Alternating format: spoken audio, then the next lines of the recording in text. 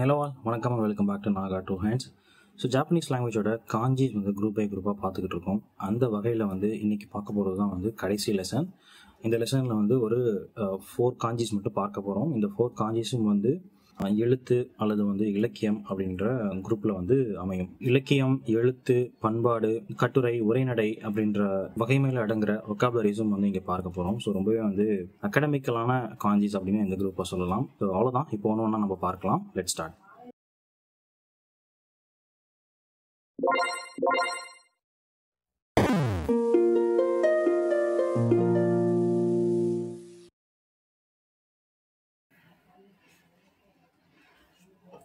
So முதலாவதாக இருக்கிற காஞ்சி வந்து இது வந்து புன் காஞ்சி அப்படின்னு வந்து சொல்லலாம். ஸோ இதோட சவுண்ட்ஸ் பார்க்கலாம். ஃபுமி மற்றும் அயா அப்படின்ற ஒரிஜினல் சவுண்ட்ஸ் வந்து கொடுத்துருக்காங்க. இது இல்லாமல் புன் மோன் அப்படின்ற சைனீஸ் சவுண்ட்ஸும் வந்து இங்கே கொடுத்துருக்காங்க. ஸோ இங்கே புன் ஷோ அப்படின்னா வந்து கட்டுரை அல்லது வந்து உரைநடை அப்படின்னு வந்து சொல்ல முடியும். அடுத்ததாக வந்து பார்த்தீங்க அப்படின்னா புங்கக்கு அப்படின்னு கொடுத்துருக்காங்க. ஸோ இந்த 2 காஞ்சியுமே இப்போ உங்களுக்கு ஐடியா இருக்கும். ஸோ இது வந்து சென்டென்ஸ் அல்லது வந்து ரைட்டிங் அப்படின்றத குறிக்கும். அடுத்ததாக வந்து பயில்றத குறிக்கும். ஸோ இந்த புன்கக்கு அப்படின்னு வரும் பொழுது இலக்கியம் அல்லது லிட்ரேச்சர் அப்படின்ற அர்த்தத்தை வந்து இங்கே கொடுக்கும். ஸோ தமிழில் இலக்கியம் அப்படின்றது தான் வந்து ஜாப்பனீஸில் புங்கக்கு அப்படின்னு சொல்லிட்டு. ஆல்ரைட், அடுத்ததாக வந்து பார்த்தீங்கன்னா வெறுமனே புன் அப்படின்னு ஒரு ஒக்காபுலரி இருக்குது. அதுக்கு இந்த காஞ்சி மட்டும் வரும். வாக்கியம் அப்படின்றது வந்து இதற்கு ரொம்பவே இணையான சொல்லாக வந்து இருக்கும் இந்த புன்னை பொறுத்த வரைக்கும். ஸோ அடுத்ததாக வந்து பார்த்திங்கன்னா புங்கா அப்படின்னு ஒரு ஒக்காபுலரி கொடுத்துருக்காங்க. ஸோ புங்கா அப்படின்னா வந்து பண்பாடு அல்லது வந்து கலாச்சாரம் அப்படின்னு வந்து அர்த்தம். ஸோ இந்த புன் காஞ்சியை வச்சு நிறைய ஒக்காபுலரிஸ் வந்து வரும். ஸ்டேஷ்னரி அப்படின்றதுக்கு இணையான ஒரு ஜப்பானிய வார்த்தை இருக்குது, அதுலேயும் இந்த காஞ்சியானது வரும். ஆல்ரைட், ஸோ அவ்வளோதான். அடுத்த காஞ்சி நம்ம பார்க்கலாம்.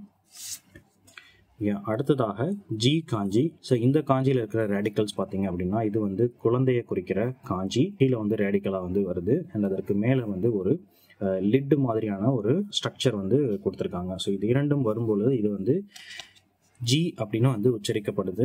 So which means character. நம்ம எழுதுறோம் இல்லைங்களா, ஒரு எழுத்து அல்லது வந்து எழுத்துரு அப்படின்றத வந்து இங்கே ஜி அப்படின்னு குறிப்பாங்க. ஸோ நம்ம காஞ்சி அப்படின்ற சொல்லில் வர்ற இரண்டாவது காஞ்சி தான் வந்து இது. ஸோ முதலாவதாக இருக்கிறது கான். கான் அப்படின்றது வந்து ஹான் அப்படின்ற ஒரு டைனாஸ்டி அல்லது வந்து ஹான் குழுவை குறித்தாலும் ஜென்ரலாக வந்து இது சைனா அப்படின்னு வந்து அடையாளப்படுத்தப்படுது. ஸோ சைனாவிலிருந்து வந்த எழுத்து உரு. ஸோ அது வந்து காஞ்சி அப்படின்னு வந்து அழைக்கப்படுது. ஆல்ரைட், ஸோ அடுத்ததாக வந்து பார்த்தீங்க அப்படின்னா மியோஜி அப்படின்னு ஒரு சொல் கொடுத்துருக்காங்க. ஸோ இந்த மியோ அப்படின்றதுக்கு வந்து இந்த காஞ்சியானது அசைன் ஆகுது.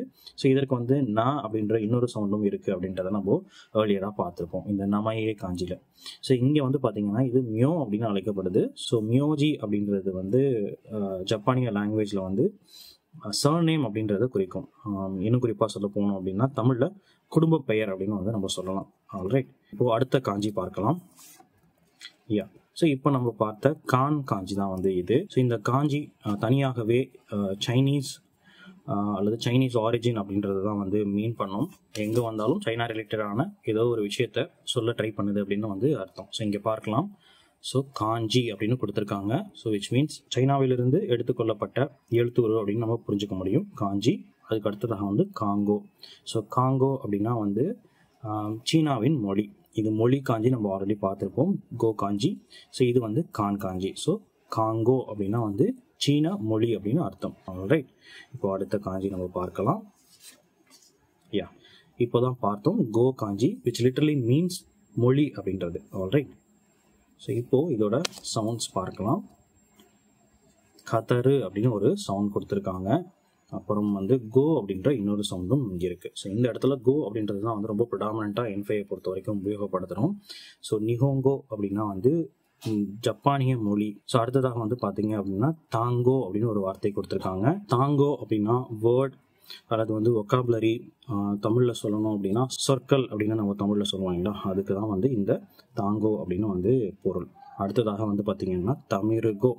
ஸோ தமிருகோ அப்படின்னா வந்து தமிழ் லாங்குவேஜ் அப்படின்னு வந்து அர்த்தம். ஸோ இந்த தமிழ் அப்படின்றது வந்து இல் சவுண்ட் ஜாப்பனீஸ் லாங்குவேஜில் இல்லாததுனால இல்லுக்கு இணையான இன்னொரு சொல்லான இர் சவுண்டை வந்து ஆட்டோமேட்டிக்காக வந்து கொடுப்பாங்க. ஸோ அப்போது ரூ அப்படின்றது இங்கே அசைன் ஆகுது.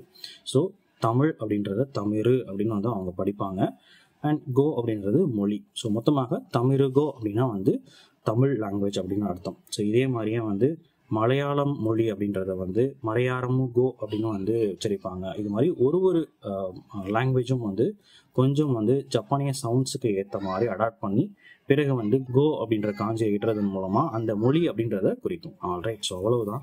ஸோ மொத்தமாக 4 வந்து காஞ்சிக்கள் தான். ஸோ 4மே வந்து பார்த்துருக்கோம்.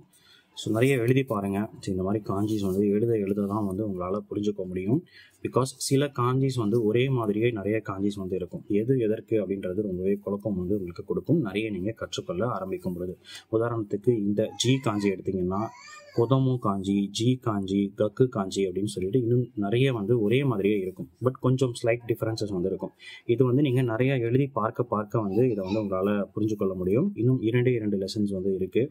ஸோ அதில் வந்து டிஃப்ரெண்ட் ஆஸ்பெக்ட்ஸ் ஆஃப் காஞ்சிஸ் வந்து நம்ம பார்க்கலாம். ஸோ இவ்வளோ நேரம் பொறுமையாக இந்த வீடியோ பார்த்ததுக்கு ரொம்பவே நன்றி. உங்களை அடுத்த வீடியோவில் மீட் பண்ணுறேன். அது வரைக்கும் பாய்.